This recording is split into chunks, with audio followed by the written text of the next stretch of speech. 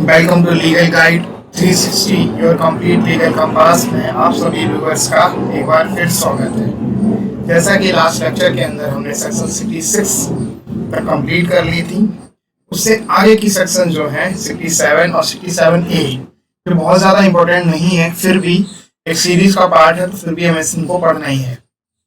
Section जो 67 है वो हैंड राइटिंग और सिग्नेचर जिसने किए हैं उनको प्रूव करने के बारे में बात करती है कि उनको प्रूव करना ही पड़ेगा। 67A है वो इलेक्ट्रॉनिक सिग्नेचर को प्रूव करने की बात करती है। इन सेक्शन से बहुत ज्यादा ना प्रीवियस क्वेश्चंस बने हैं ना मेंस से बने हैं, तो बहुत ज्यादा हम डीप पढ़ेंगे भी नहीं। पर हाँ, हमारी लॉ का पार्ट है, कोर्ट के अंदर इनकी इंपॉर्टेंस होती है, कोर्ट में इस चीज की जरूरत पड़ती है, तो उस परिप्रेक्ष्य में इसको हम जरूर पढ़ेंगे और उतना ही इसको समझेंगे। तो चैप्टर 5 ही आज भी रहेगा। चैप्टर 5 नई सेक्शन 67 और 67A आज हम कंप्लीट करेंगे, जो कि भारतीय साक्ष्य अधिनियम 2023 में 65 और 66 हो जाती है। ठीक है,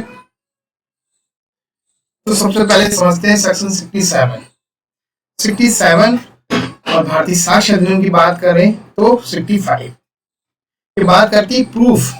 किस चीज का प्रूफ? सबसे पहले कीवर्ड पकड़ो, प्रूफ की बात करती है। किस चीज का proof? Of signature and hand writing. Signature और हैंड राइटिंग का proof of person alleged to have signed और रिटन डॉक्यूमेंट प्रोड्यूस। उस व्यक्ति के सिग्नेचर और उसकी रिटन साइन और उसकी रिटन डॉक्यूमेंट की जिसने वो साइन किए हैं, जिसने वो चीज लिखी हुई है। सिंपल भाषा में समझाऊं तो कोर्ट के अंदर सपोज करो कोई एक डॉक्यूमेंट है जिसपे किसी व्यक्ति ने जिसको लिखा है या जिसपे उसके साइन है, दोनों चीजें लेके चलते हैं। तो ऐसा डॉक्यूमेंट अगर कोई कोर्ट में दिया जा रहा है तो उसको प्रूव कैसे किया जाएगा, क्या उसकी प्रक्रिया होगी, क्या कोर्ट उसको किस तरीके से उस डॉक्यूमेंट को एक्सेप्ट करेगा, वो सेक्शन 67 में होता है। सेक्शन 67 को पढ़ लेते हैं। सबसे पहले, if a document is alleged to be signed or to have been written wholly or in part। तो पूरा पेज लिखा हो या पार्ट में लिखा हो, या पूरे पेज पे साइन करे गए हो लिखे पे, या किसी पर्टिकुलर टुकड़े पे गए गए हो, बाई एनी पर्सन, किसी व्यक्ति के द्वारा। ठीक है, एनी पर्सन है तो आउट ऑफ इंडिया भी हो गया, not a citizen of India. तो ये चीज आपको याद रखिए। The signature or the handwriting of so much, the signature or the handwriting of so much of the document as is alleged to be in that person handwriting must be proved to be in his handwriting। उसको prove होना चाहिए। Simple सा समझाऊं मैं आपको, ये court है, ये हमारा कोर्ट हो गया। अब ये ए व्यक्ति है, इसने ये लेटर है एक, ठीक है, इस लेटर के अंदर कुछ भी लिखा है, इसने अपनी हैंडराइटिंग में लिखा है, फिर नीचे यहाँ पे XYZ साइन मार दिए इसने। अब ये डॉक्यूमेंट ये कोर्ट के अंदर प्रोड्यूस करना चाहता है ए व्यक्ति।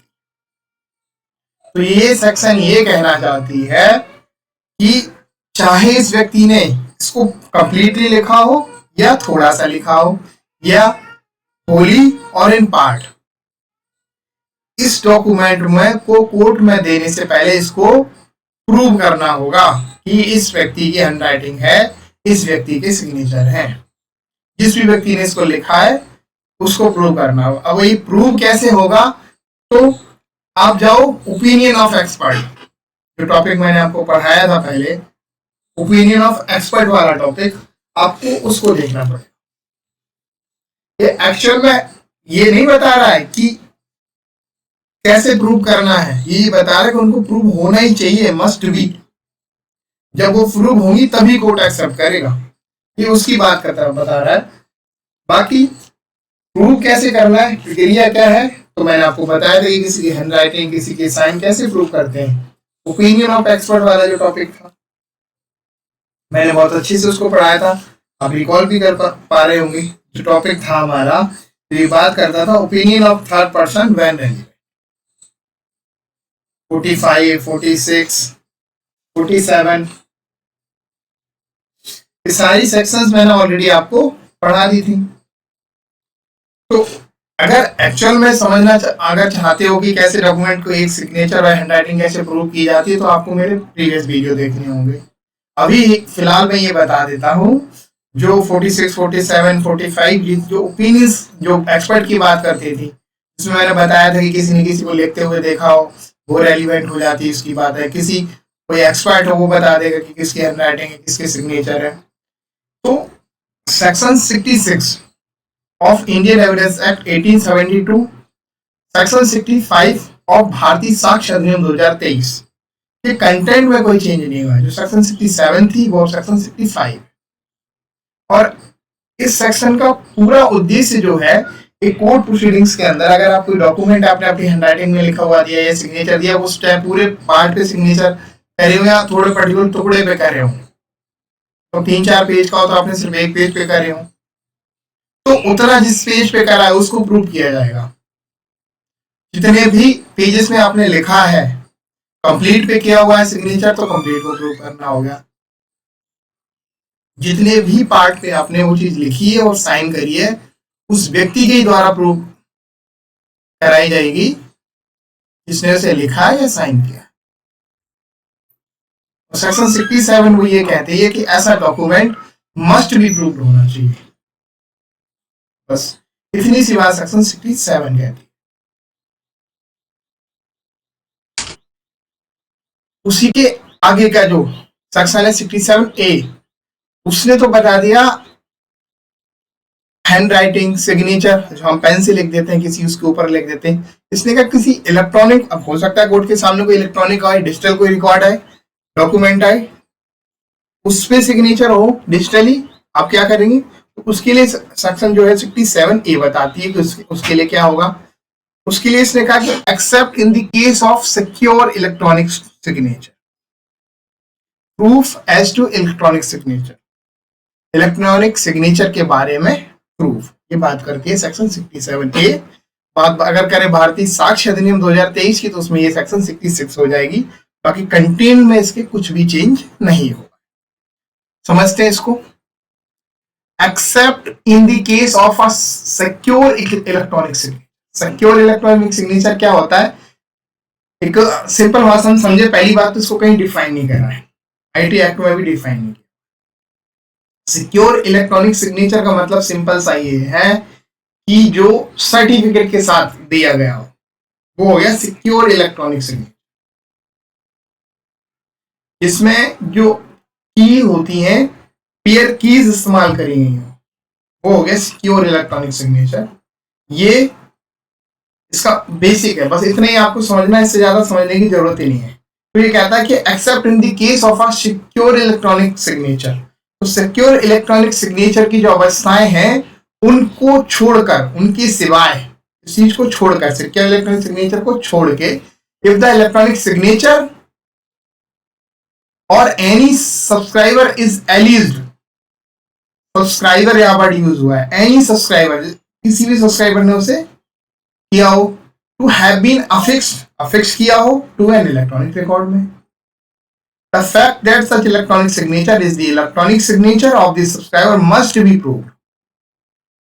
तो वो ऐसा इलेक्ट्रॉनिक सिग्नेचर जो उस फैक्ट से रिलेटेड है, उसको क्या होगा? मस्ट बी प्रूव होना चाहिए। उस सब्सक्राइबर का जो सिग्नेचर है वो प्रूव होना चाहिए।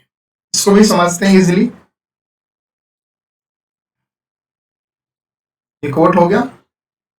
इसके अंदर हमें कोई हमने डिजिटल दिया है एक डॉक्यूमेंट, ठीक, अब उसके अंदर कोई सिग्नेचर अफिक्स है किसी सब्सक्राइबर के। मान लो ये व्यक्ति है सब्सक्राइबर, इसने सिग्नेचर अफिक्स किए हुए हैं किसी रिकॉर्ड के अंदर, ये डिजिटल रिकॉर्ड है, ठीक है। इसके अंदर नीचे लास्ट में डिजिटली इनको सिग्नेचर हो गई, और इसके अंदर कुछ भी डॉक्यूमेंट के अंदर लिखा हुआ है, ये पर डिजिटल सिग्नेचर है, डिजिटल डॉक्यूमेंट है ये। अब ये चीज कोर्ट को देनी है, तो ये कह रही है सब्सक्राइबर है, इसके सिग्नेचर क्या होने चाहिए? मस्ट भी प्रूव होने चाहिए, सिर्फ एक चीज को छोड़ के कि अगर ये सिग्नेचर सिक्योर इलेक्ट्रॉनिक सिग्नेचर है तो आपको प्रूव करने की आवश्यकता नहीं है, और अगर सिक्योर इलेक्ट्रॉनिक सिग्नेचर नहीं है तो इनको प्रूव करने की आवश्यकता है। और सिक्योर इलेक्ट्रॉनिक सिग्नेचर क्या होता है वो ऑलरेडी मैं आपको बता चुका हूं, और इस सेक्शन के अंदर इससे ज्यादा जरूरत है भी नहीं आपको समझने की। एक्चुअल में डिजिटल सिग्नेचर इलेक्ट्रॉनिक सिग्नेचर हमें देता कौन, सर्टिफाइड अथॉरिटी। हम अप्लाई करते हैं, उसके बाद जो टाइम लगता है 10 से 15 दिन, उसके बाद हमें डिजिटल सिग्नेचर मिल जाते हैं। अगर फॉर एग्जांपल समझाऊं, जैसे सिक्योर इलेक्ट्रॉनिक सिग्नेचर मान के चलो, जैसे डिजिटल कोड होती है हमारी, डिजिटल कोड में जैसे आपके साइन होते हैं वो इलेक्ट्रॉनिक सिग्नेचर होगा, वो डिजिटल सिग्नेचर ही होते हैं, और वो सिक्योर इलेक्ट्रॉनिक सिग्नेचर। तो वैसा सिग्नेचर कोई है तो उसको प्रूव करने की आवश्यकता नहीं है। उसके अलावा कोई ऐसा सिग्नेचर है जो सिक्योर इलेक्ट्रॉनिक सिग्नेचर नहीं है, उसको प्रूव करने की आवश्यकता है, जिसे सब्सक्राइबर ने बनाया है, अफिक्स किया है किसी इलेक्ट्रॉनिक्स रिकॉर्ड के ऊपर। एक सिंपल लाइन के अंदर अगर मैं बताऊं तो सिक्योर इलेक्ट्रॉनिक सिग्नेचर को छोड़कर जो भी किसी इलेक्ट्रॉनिक्स रिकॉर्ड पर किसी सब्सक्राइबर के द्वारा कोई सिग्नेचर बनाया गया है, उस सिग्नेचर को प्रूव करना पड़ेगा। सिर्फ इतना सा, बस वो साइन प्रूव करने पड़ेंगे इलेक्ट्रॉनिक्स। तो ये तो 57A, दोनों ही सेक्शन बहुत ज्यादा इंपॉर्टेंट नहीं, प्री में अभी तक इससे कोई क्वेश्चंस नहीं बने हैं और ना ही बनने के चांसेस हैं, पर हाँ कोर्ट में इसकी आवश्यकता पड़ती है। जब हम कोई इलेक्ट्रॉनिक सिग्नेचर का साइन किया हुआ डॉक्यूमेंट कोर्ट को देते हैं तो कोर्ट कहता है कि ये सिग्नेचर इसी व्यक्ति के हैं, इस बात की क्या गारंटी है, इस बात को कैसे करेंगे, तो उसको प्रूव करेंगे। प्रूव कैसे करेंगे, ओपिनियंस वाले टॉपिक से, जो एक्सपर्ट की ओपिनियन है, जिस व्यक्ति ने किसी ने लिखते हुए देखा हो, है ना, जो कोर्स ऑफ बिजनेस के दौरान ये चीजें हुई हो, तभी ये चीजें ना। अब जैसे इलेक्ट्रॉनिक सिग्नेचर तो सर्टिफाइड अथॉरिटी से वेरीफाई करा के लेके आना पड़ेगा आपको, ये चीजें हैं। तो ये कोर्ट में बहुत आवश्यकता होने वाली है। वैसे एग्जाम के पर्पज से ना तो मीन्स और ना प्री दोनों के लिए इंपॉर्टेंट ये नहीं है, पर चूंकि सीरीज का पार्ट था तो आपको समझाना जरूरी था इसका मतलब क्या है, इतना आप समझ लीजिए। प्रीवियस ईयर के कुछ क्वेश्चन है उनको हम समझ लेते हैं। Which of the following is not include, कौन सा इंक्लूड नहीं है, मतलब कौन सा शामिल नहीं है निम्नलिखित में से द एक्सप्रेशन कोड, कोड की एक्सप्रेशन में under the Indian evidence act के अकॉर्डिंग। कौन सा नहीं है, तो ऑल जजेस कोड की डेफिनेशन में आते हैं, बिल्कुल आते हैं। All person legally authorize to take evidence, सभी वो व्यक्ति जो लीगली अथोराइज हूं एविडेंस लेने के लिए। ऑल मजिस्ट्रेट, सभी मजिस्ट्रेट। आर्बिट्रेटर, तो आपने अगर मेरी वीडियो प्रीवियस पढ़ी है तो उसका जवाब आपको तुरंत मिल जाएगा, एक्सेप्ट आर्बिट्रेटर वर्ड यूज हुआ था। तो answer is D. Which of the following was included, निम्नलिखित में से कौन सा इंक्लूड किया गया था in the definition of evidence, evidence की डेफिनेशन में under the evidence act, evidence act के अंतर्गत by the information technology, information technology act के द्वारा। कौन सा किया गया, social media, email, electronics record, compact, बताओ कौन सा। सेक्शन 3 अगर आपने पढ़ी है तो आप वहां पर बड़ा क्लियर लिखा मिल जाएगा आपको, electronics record. So answer is electronics record को इंक्लूड किया गया था इंफॉर्मेशन टेक्नोलॉजी एक्ट 2000 के द्वारा। An admission constitute ah, admission constitute क्या, एडमिशंस एंड एडमिशंस कॉन्स्टिट्यूट का क्या मतलब, क्या करते हैं constitution, constitute and admissions, substantive piece of evidence, corroborative piece of evidence, conclusive proof, none of the above. Answer is substantive piece of evidence constitute करता है admissions. Next देखते हैं, hearsay evidence is no evidence. ये मैंने पढ़ा दिया है आपको। Which one of the following is an exceptions to the above rule under the Indian Evidence Act? निम्नलिखित में कौन सा exceptions है hearsay evidence? तो आंसर सेक्शन 32, सेक्शन 27, सेक्शन 14 और सेक्शन 23। बहुत इजी सा आंसर है। This answer is 32, Bank declaration. Judge power to put question or order to production of any document or thing is given in blank of evidence act. बताओ,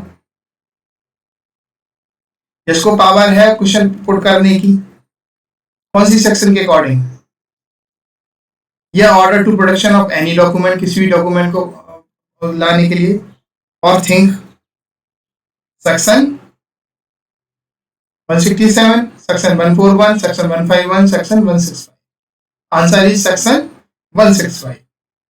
ये आपने पढ़ा नहीं है पर क्वेश्चन है, पढ़ाएंगे तब आपको और अच्छे से समझ में आ जाएगा. अभी आप क्वेश्चन समझ लो, इतना याद रखो. ये सेक्शन 165 और आपको टाइम मिले तो आप पढ़ लीजिए.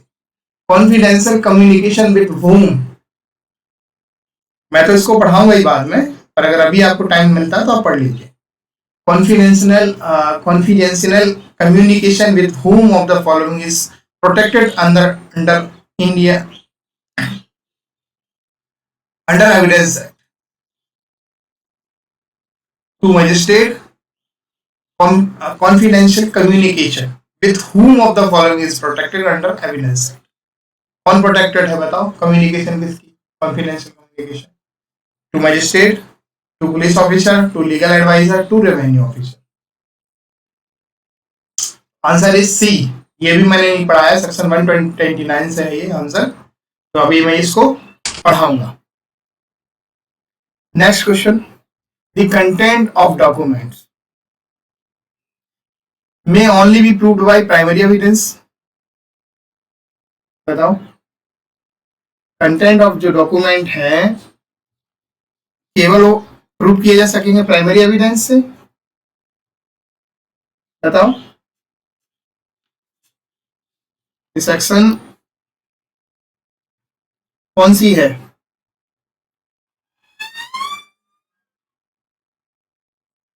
Section 61. May only be proved by second evidence, केवल सेकंड एविडेंस के द्वारा प्रूव किए जा सकेंगे. May be proved either by primary or by secondary evidence. Shall be proved either by primary or by secondary evidence. तो अगर आपने section पढ़ी है तो आपको याद होगी, मैंने सेक्शन भी बता दिए.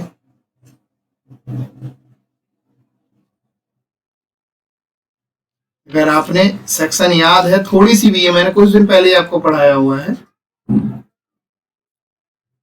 सेक्शन 61 है ये.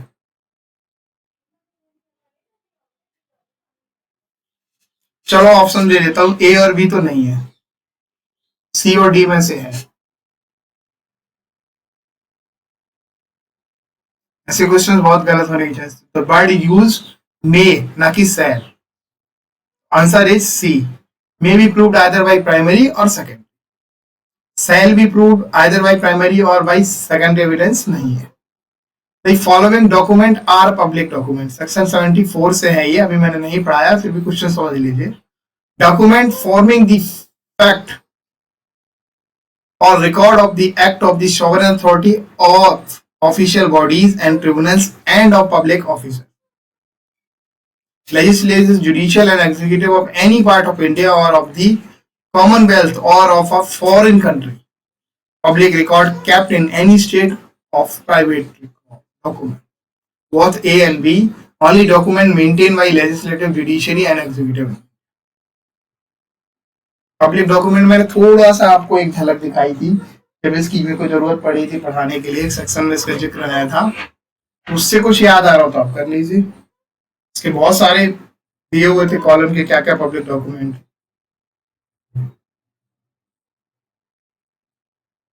मैंने पढ़ाया है इसको, इसकी जरूरत पड़ी थी, पूरी सेक्शन मैंने आपको पढ़ाई हुई, अभी याद आ गया मुझे. Answer is C, both A and B. Thank you so much. आज की क्लास यहीं समाप्त करूंगा, मिलूंगा नेक्स्ट क्लास में से आगे की सेक्शंस को लेके. Join our Telegram channel to get free study material. इस QR कोड को आप स्कैन कीजिए और मेरे चैनल को जाके सब्सक्राइब कर लीजिए, ऐड हो जाइए वहाँ पे, और उसकी इजीली आपको PDF मिल जाएगी. जो ये क्वेश्चंस हैं, ये सारी पीडीएफ जो इस वीडियो के अंदर चलती है वो आपको इजिली वहाँ अवेलेबल हो जाएगी। Thank you for watching, subscribe for more videos. बाकी इसके अलावा भी अगर आपकी कोई और क्यूरीज है तो आप मेरे को इस नंबर पे व्हाट्सअप कर सकते हैं। मुझे जैसे ही टाइम मिलेगा मैं आपको बता दूंगा।